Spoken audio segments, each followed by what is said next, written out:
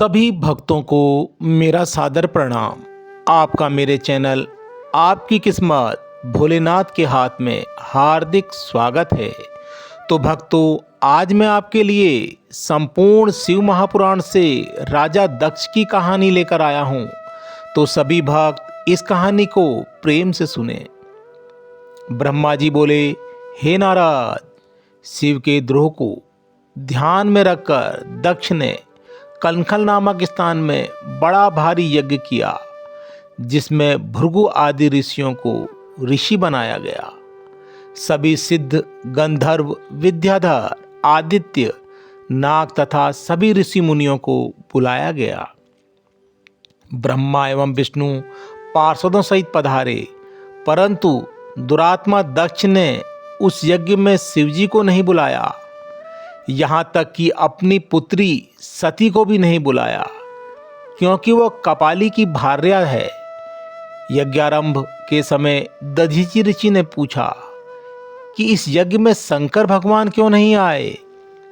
दधीचि की बात सुनकर मूढ़ दक्ष ने कहा, देवताओं के मूल विष्णु जी आ ही गए, फिर मुझे शिवजी की क्या आवश्यकता है।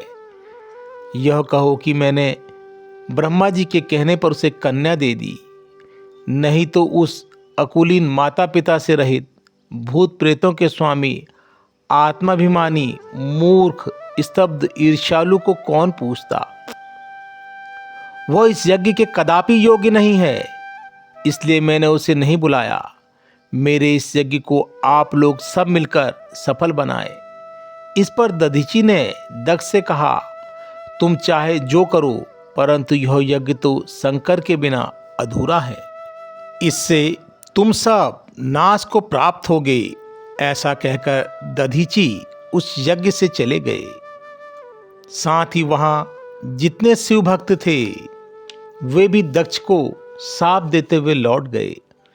इस पर दक्ष ने हंसकर कहा, शिव भक्त दधीचि चला गया तो अच्छा ही हुआ। मैं तो ब्रकृतों को यज्ञ में रखना भी नहीं चाहता। तब शिव की माया से मोहित होकर देवताओं ने यज्ञ को प्रारंभ कर देवताओं की पूजा की।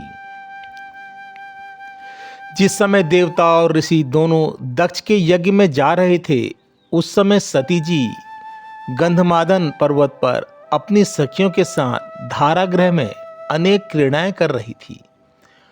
उन्होंने उन्हें जाते देखा, तब चंद्रमा रोहिणी से आज्ञा लेकर गए। सती जी की आज्ञा से विजया नामक सखी ने चंद्रमा से सब वृत्तांत जानकर उनसे कहा। सती जी ने भगवान शंकर जी से जाकर कहा, हे प्रभु, मेरे पिता एक बड़ा भारी यज्ञ कर रहे हैं, उसमें आपको क्यों नहीं बुलाया। सब काम छोड़कर आप मेरी प्रार्थना से मेरे साथ मेरे पिताजी के यज्ञ में चलिए, क्योंकि संबंधियों के यहाँ प्रेम बढ़ाने के लिए समय पर उनके पास जाना चाहिए। शिवजी ने कहा, हे देवी, तुम्हारे पिता दक्ष मुझसे वैर करते हैं, इसी कारण तुम्हें भी नहीं बुलाया।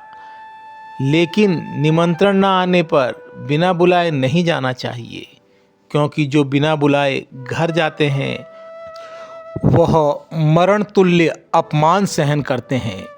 यह सुनकर पार्वती बोली, हे नाथ, आपसे ही तो यज्ञ पूर्ण होता है, फिर आपको न बुलाने का कारण जानना चाहती हूँ, अतः मुझे ही जाने की आज्ञा दीजिए।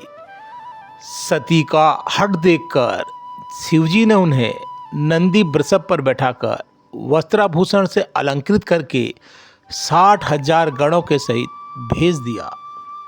जब सती जी वहां जा पहुंची जहां विशाल यज्ञ हो रहा था, सती को आई देखकर उनकी माता तथा बहनों ने जो सत्कार किया, किंतु दक्ष और उसके अनुयायियों ने कुछ भी आदर नहीं किया।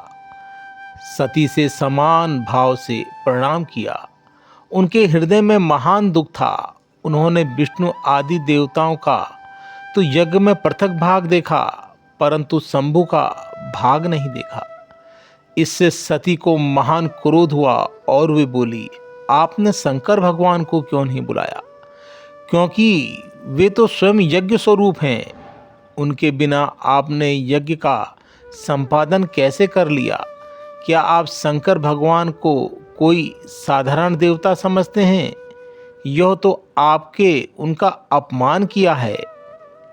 ब्रह्मा विष्णु आदि देवता भी उनके बिना यज्ञ में कैसे चले आए? इस पर दक्ष ने क्रुद्ध होकर कहा, हे भद्रे, बहुत कहने से क्या लाभ? तू यहाँ क्यों चली आई है? तू चाहे रह चाहे चली जा, तुझमें मेरा कोई प्रयोजन नहीं। तेरा पति भूत प्रेतों का राजा है, जो वेद बहिष्कृत, अनुकूल और अमांगलिक है, इसलिए तेरे कुवेश वाले पति को नहीं बुलाया। इस पर सती ने कहा, हे पिताजी, जो शिवजी की निंदा करता है या निंदा सुनता है, वे दोनों ही नरकवासी होते हैं। इस प्रकार कहकर सती जी ने योग द्वारा शरीर भस्म कर दिया।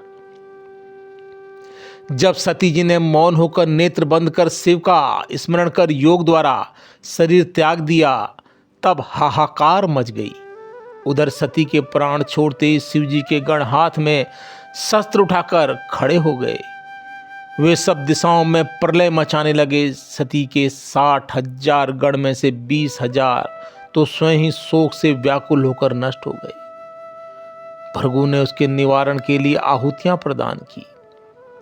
इससे ऋषु नामक बहुत से असुर उत्पन्न हो गए।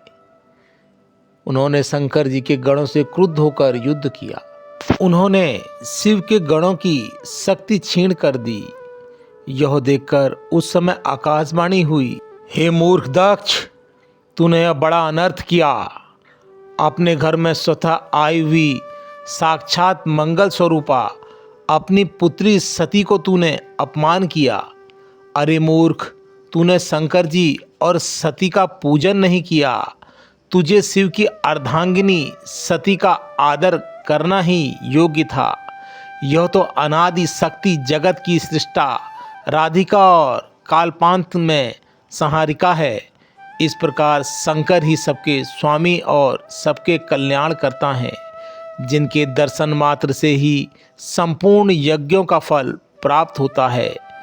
तुझ दुष्ट ने उनका सत्कार नहीं किया, इसलिए तेरा यज्ञ नष्ट हो गया।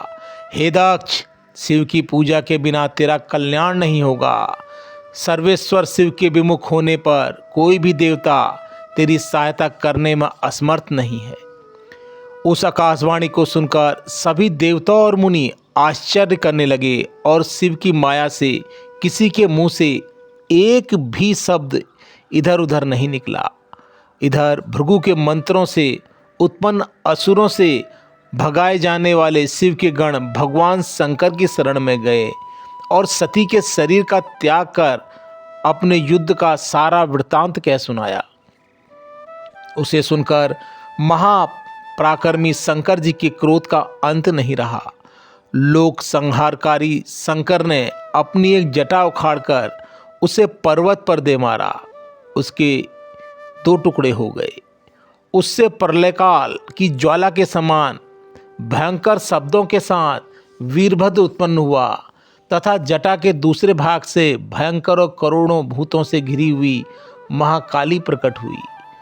तब वीरभद्र ने हाथ जोड़कर शिवजी को प्रणाम किया तथा पूछा, प्रभु, मुझे क्या आज्ञा है? यदि आज्ञा करें तो क्षण भर में ही समुद्रों को सोख लूं, पर्वतों को तोड़ डालूं, ब्रह्मांड को भस्म कर डालूं अथवा देवता और मुनिवरों को भस्म कर डालूं। तब भगवान शंकर ने उसे आशीर्वाद देकर कहा, वीरभद्रा, ब्रह्मा का पुत्र दक्ष एक यज्ञ कर रहा है, जो बड़ा अहंकारी तथा मेरा विशेष विरोधी है। तुम उसके यज्ञ को विध्वंस कर डालो। देवता, गंधर्व, यक्ष आदि जो भी हो, वे सब बचने ना पाएं। वहाँ जाने पर विश्वदेवा आदि तुम्हारी स्तुति करेंगे, परंतु तुम उन्हें भी मार के मेरे पास आ जाओ। हे वीर, दक्ष को तो पत्नी सहित तिलांजलि देकर आना। तब वो वीरभद्र शिवजी को प्रणाम करके दक्ष के यज्ञ को विध्वंस करने चल दिया। उनके साथ प्लयाग्नि के समान और भी अनेक गणों को शिवजी ने भेजा, जिसमें शिव के हजारों पार्षद तो शिव के तुल्य थे तथा वीरभद्र के समान पराक्रम वाले थे। वीरभद्र शिव के समान रूप धारण कर रथ पर चढ़कर चला। वह 100 हाथ लंबा था। उसमें 10,000 सिंह जुटे हुए थे। उस रथ के हाथी आदि सशस्त्र रक्षक थे। फिर काली, कात्यायनी, ईशानी, चामुंडा, मुंड मर्दानी, भद्रकाली, भद्रबली और वैष्णवी, इन 9 दुर्गाओं ने भी दक्ष को मारने के लिए अपने भूत गणों के साथ प्रस्थान किया। वीरभद्र और महाकाली के असंख्य गणों की संख्या करना यहाँ असंभव है। 64,000 करोड़ तो शिवजी के गणों की ही सेना थी। उस समय शंख, भेरी, जटाहर आदि के नाना शब्द करके बाजे बजने लगे। उस यात्रा के प्रस्थान में अनेकों प्रकार के शुभ शगुन हुए। जब वीरभद्र दक्ष यज्ञ को नष्ट करने चले तो दक्ष और देवताओं के लिए अपशकुन होने लगे। दक्ष की बाईं आंख, बायां हाथ तथा बाईं जंघा फड़कने लगी। पृथ्वी में भूकंप हुआ तथा दिशाएं मलिन हो गईं। सूर्य में काले दाग दिखाई पड़ने लगे। बिजली और अग्नि के समान नक्षत्र गिरने लगे। हजारों गिद्ध दक्ष के सिर पर मंडराने लगे। गिद्धों की छाया से मंडक ढक गया। गीदड़ भयंकर शब्द करने लगे। दिशाओं में अंधकार व्याप्त हो गया। विष्णु आदि देवताओं को भी भय उत्पन्न होने लगा।